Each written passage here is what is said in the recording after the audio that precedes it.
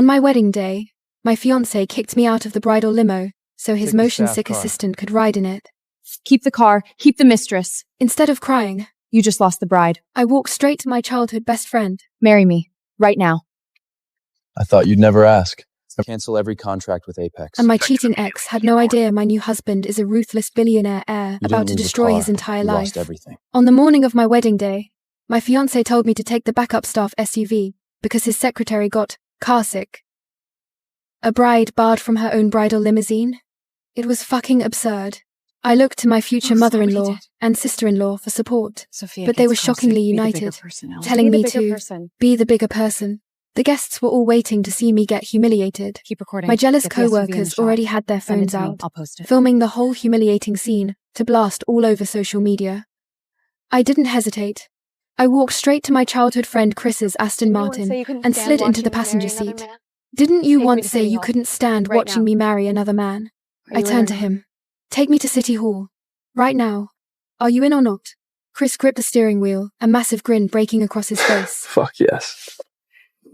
When my ex-fiancé and his family found out I was already legally married to someone else, they completely lost it. You were supposed to marry me! I'd been up since dawn and had finally made it through the endless hair, makeup, and morning bridal photos.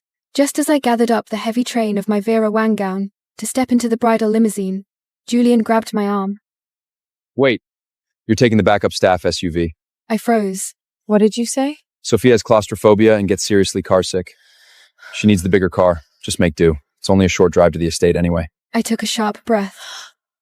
Julian, it's our wedding. I, your bride, get stuffed into an SUV with the luggage while you're sitting in the bridal limo with you. Sophia has claustrophobia and gets seriously carsick. She needs the bigger car. Do you think that's fucking appropriate? People with motion sickness roll down a window or sit in the front seat. I've never heard of a medical condition that specifically requires a custom Rolls-Royce. Sophia's lips twitched upward into a smirk. I'm so sorry, Ellie.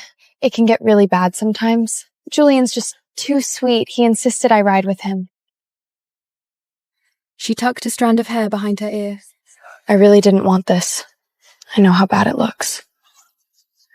My nails dug into my palms. So you know it looks bad. Catching sight of the guests gathered around. This car is for the bride and groom. You let Sophia ride in there with you? People will think she's the one you're marrying.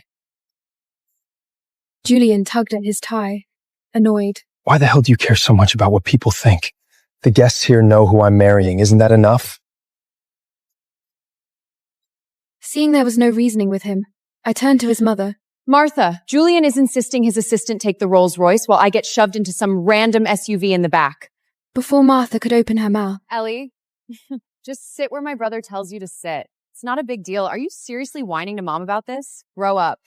his sister, Chloe, sauntered over, rolling her eyes. Martha patted my hand with hollow reassurance. Ellie, Julian's startup is at a critical stage. He always needs his secretary on call. What if an urgent email comes in during the drive? You're about to be his wife. Be the bigger person. My stomach churned. This whole family was fucking enabling him. I turned my head just in time to watch Julian pull the door of the Rolls-Royce open like a perfect gentleman, shielding Sophia as she slipped inside. Whispers erupted around us, while a few faces showed shock. Mostly there were poorly muffled snickers.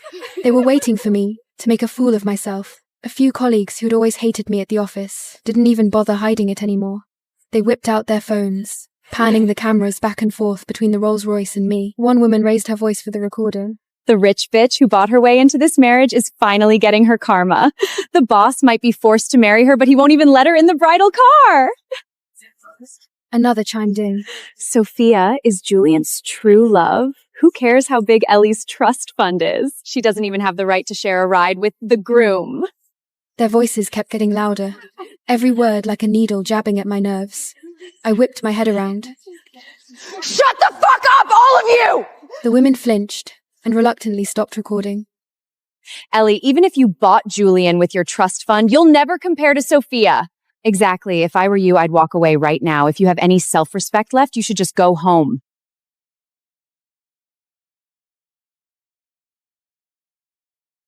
I gritted my teeth, glaring at the Rolls-Royce pulling away. Why the hell wouldn't I? I'm getting married today, whether you like it or not. Walk away now? And hand him over to that bitch Sophia on a silver platter? Not a chance. Everyone thought I used my money to force Julian into this marriage. The reality was the exact opposite. Back when he was trying to win me over, he rented an entire yacht and lit up the Hudson with fireworks. To get me to say yes, he got down on one knee 18 fucking times. The last time, this man who was terrified of heights And I'll marry you. jumped off the highest bungee platform in the world, just because I offhandedly said. All those suffocatingly romantic memories were now nothing but a sick joke to everyone watching. I hauled up my heavy gown, marched toward a car near the back of the convoy, yanked open the passenger door, and slid in. He didn't even let you in the bridal car. Are you sure you still want to marry this asshole? I whipped my head around. Christian Thorne, the billionaire heir I grew up with. Did you come all this way just to mock me? When I decided to marry Julian, Chris fought me on it harder than anyone. We had screaming matches over it, almost destroying our friendship entirely. I don't have the time for that. Chris stared at the steering wheel, his jaw tight. A brief, suffocating silence filled the car. Then he turned to me, his gaze burning. Just say you won't marry him, and I'll take you out of here right now. Drive to the estate. I stared straight ahead. He just humiliated you in front of everyone, and you're still going through with this? Chris's voice spiked. Drive. Chris slammed his fist against the steering wheel. He stomped on the gas, the tires screaming against the asphalt as the sports car shot forward. Halfway there, a black sedan suddenly swerved out from a side street, barreling straight toward us. Chris cursed, violently yanking the steering wheel. The tires skidded, the car shuddering violently. A woman in a miniskirt stormed out of the black sedan. She marched over, slamming her hand against Chris's window. How the fuck are you driving? You ruined my car! Nobody leaves until the cops get here and you pay for the damages! Stay here. I'll handle this. Chris said, unbuckling his seatbelt and stepping out. I watched the woman through the glass. She looked incredibly familiar, but I couldn't place her. Right then, my phone buzzed in my clutch. It was Julian. Where are you? We've been at the estate forever. I was in a car accident. Oh my god, a car crash on your wedding day? That's terrible luck. Meaning the area. Maybe God is trying to tell you isn't meant to be. I heard Sophia's exaggerated gasp through the speaker. Shut up, don't say that. Julian's voice came through, followed by his impatient tone into the receiver. Ellie, just call an Ube and get over here. The priest is waiting. Don't ruin the schedule. My heart dropped into my stomach like a block of ice. I was in a fucking car wreck, and your first instinct isn't to ask if I'm hurt, but to worry about your schedule? You're tough. You're fine. Just get your ass over here. Everyone is waiting. Julian hung up. I pushed the door open. The moment I stepped out, a hand clamped down hard on my Trying to wrist. run? Nobody in this car is leaving until the cops get here. The woman who intentionally crashed into us was the one grabbing me. Up close, her face finally clicked in my mind. Gotta go. The music is starting. I numbly sank back into the passenger seat, staring at the screen as the wedding that was supposed to be mine went on flawlessly. The estate's decorations, the layout, down to every single white rose used in the floral arrangements. I had painstakingly picked them all, but the woman standing at the altar wasn't me. The ceremony reached its final moment. now kiss the The officiant's voice rang out. You may now kiss the bride.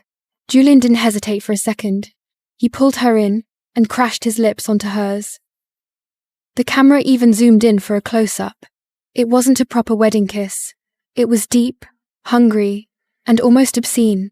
When they finally pulled apart, a thin silver strand still stretched between their mouths. A violent wave of nausea hit me. I shoved the car door open, leaned over the asphalt, and hurled. Chris immediately rubbed my back. Chris, Ellie, what's wrong? I'm taking you to the hospital.